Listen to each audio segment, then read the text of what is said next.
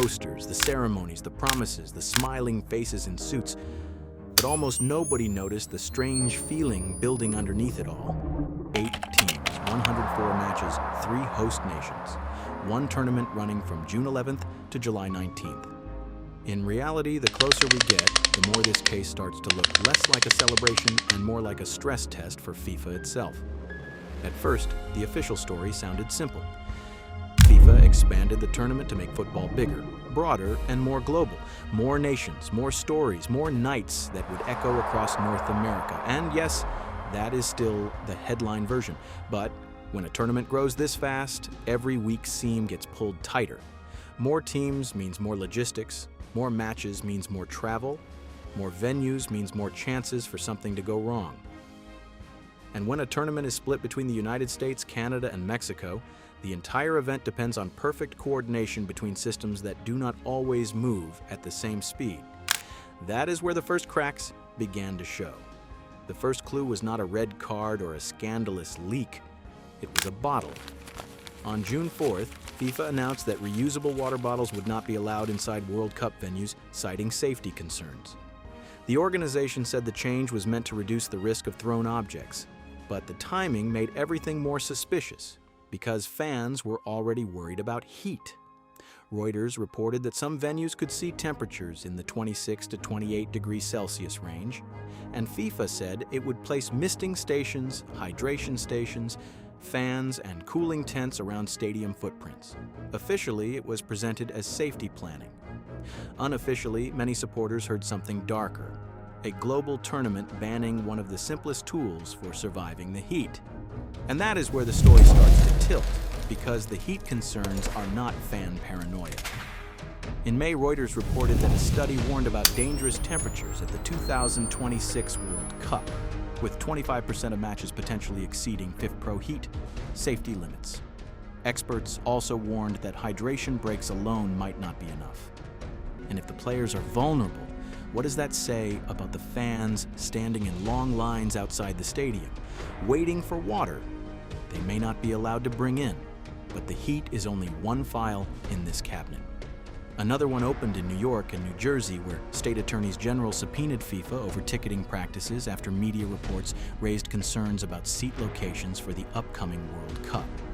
That alone would have been enough to create noise.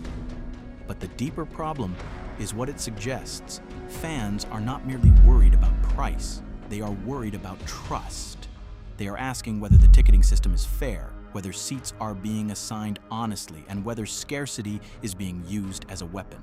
For a tournament that wants to sell itself as a once-in-a-lifetime experience, even the suspicion of manipulation can leave a permanent stain. Then came the wider backlash.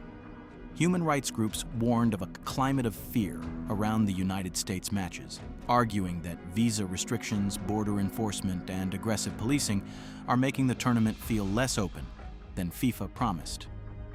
Reuters reported that critics believe the governing body has not adequately addressed the human rights risks surrounding the event, while the White House dismissed the warnings as scare tactics. That is not just a disagreement. That is a collision between two completely different versions of the same tournament. One says this will be one of the greatest sporting celebrations in history. How many ordinary fans are facing the same uncertainty without any media spotlight at all? And just when the travel question seemed bad enough, another layer appeared. Reuters also reported that the Trump administration would not require World Cup ticket holders from countries flagged for high visa overstay rates to pay expensive bonds to enter the United States. That was supposed to calm fears, and in one sense it did. But the very need for that policy tells us how tense the environment had become. You do not create emergency exemptions around a sports tournament unless the original rules threaten to become part of the story. Even when the solution arrives, the alarm stays behind. Football was supposed to be the main event. Instead, visas, border policy, and administrative reviews kept stealing the frame. In Mexico City, the pressure took a different shape. 8 days before the opening match, Reuters reported mass protests by teachers and retired judges, road closures, and last-minute construction work that left the capital in chaos. The opening match at Azteca Stadium is supposed to launch the entire tournament on June 11th. But the city has also been dealing with unfinished infrastructure work, disruption at the airport, and blocked roads on some of its busiest avenues. Protesters even threatened demonstrations around the opening festivities. This is the part of the case that feels almost cinematic. What a goal! Unbelievable finish! ¡Qué gol! Definición increíble. Global Caption turns every word into real-time captions and instant translations anywhere you listen. Watch the match, video call a friend, shop abroad, or stream your favorite game. Our floating overlay works inside any app so you never miss a... But the critics are asking a different question. They are asking why so many separate problems are appearing at once, right before kickoff in 3 different countries across so many different systems. That is the real pattern here, not one disaster. Several small ones all converging. The heat makes fan safety uncertain. The bottle ban makes the safety response look defensive. The ticket probe makes fairness look questionable. The visa cases make access look unstable. The protests in Mexico City make the host city feel strained before the cameras even arrive. It is not that the 2026 World Cup is already doomed. That would be too easy, too dramatic, too simple.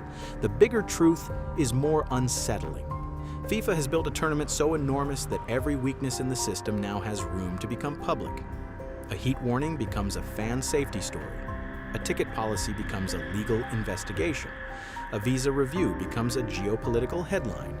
A protest becomes a symbol. The tournament has not collapsed. Not yet, but it is being surrounded from every side by forces FIFA cannot fully control. And that is why this case feels different. The danger is not one dramatic explosion. It is the slow realization that the whole structure may be more fragile than the presentation suggested. And still, there are unanswered questions. How many fans will actually face travel problems in the final days before kickoff? Will the heat mitigation plan be enough when stadiums fill and the temperatures climb? Will the ticket investigation uncover deception or only confusion? Will local protests in Mexico City spread to other host cities? Will FIFA keep insisting the story is under control even as new controversies keep appearing? Right now, nobody outside the inner circle can say with certainty where this ends. But the pattern is already visible. The truth was never hidden in one place. It was scattered across tickets, borders, roads, weather, and power. And in football, the full story is rarely what it seems. The case remains open. Imagine watching content from anywhere in the world and instantly understanding every word. With Global Caption, you get real-time captions and translations across videos, live streams, and more. No language barriers, just pure connection. The first 1,000 users get 24 hours free. Download now and experience content without limits.